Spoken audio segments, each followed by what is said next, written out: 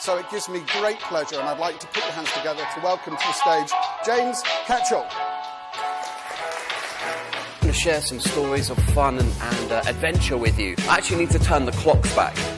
The back of the bike came round on me and it threw me over the top of the handlebars. Oh dear, this is going to hurt. Next thing I know, bang, I hit the deck hard and it just knocked me out.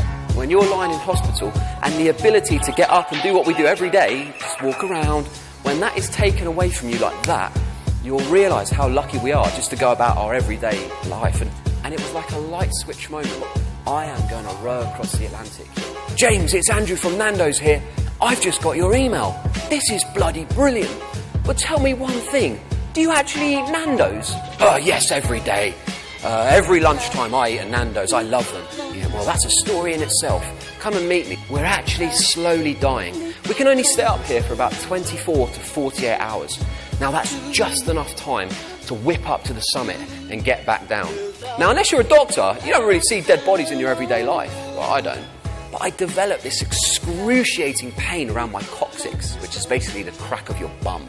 I said, listen, I think I've fractured my coccyx, it hurts. Can I have an x-ray? He looked at me, smiled and said, James, that's not the case, but if you want an x-ray, I'll give you one. The most stunning woman I've seen in my life walks in, stands at the end of my bed and says, James, I'm here to inspect you. Roll over.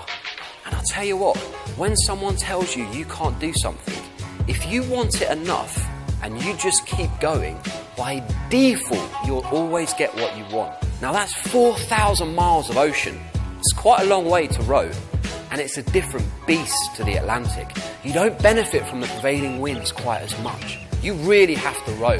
So the only thing that could pick us up was a 100,000-ton crude oil tanker.